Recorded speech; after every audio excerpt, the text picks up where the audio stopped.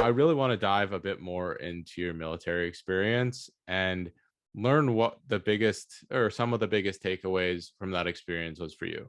When we think of when I think of the military, I think a lot of structure. I think like a lot of planning.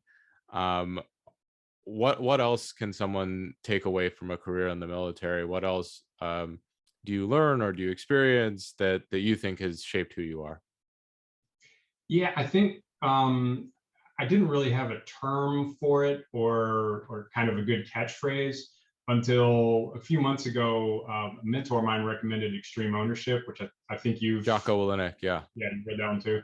Um, yeah, just put a name on that thing that veterans have that not as many non-veterans have or get taught, unless strangely enough that they're involved in organized sports, and then that still encourages some of it. But yeah, I think just the extreme ownership, the knowledge that if somebody gives you a job, you own it, hook, line, and sinker, and that you're they have the saying with commanders in the military, you're responsible for everything that happens or fails to happen with your unit, regardless of how badly a subordinate may screw up, or regardless of how stupid the commander may be.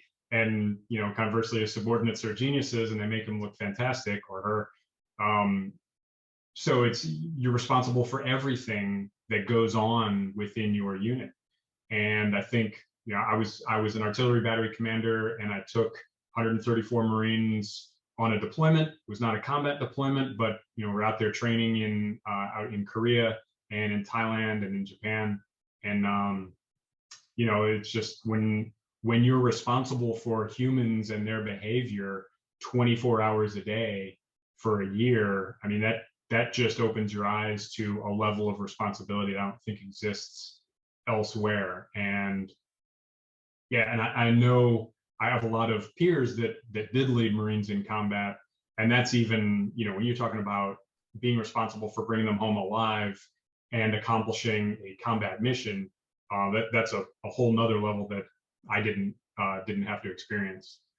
So I think that's probably the biggest thing is just that feeling of responsibility and understanding the difference between delegation. You can delegate authority, but you can never delegate responsibility.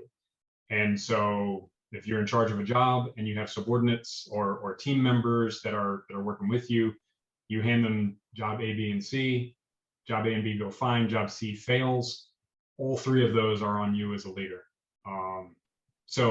And I see just my wife's interactions. She's never been in the military, but just her interactions with bosses that she's had and different workplaces, and you can spot people. It's like you don't understand what accountability means in this or that workplace.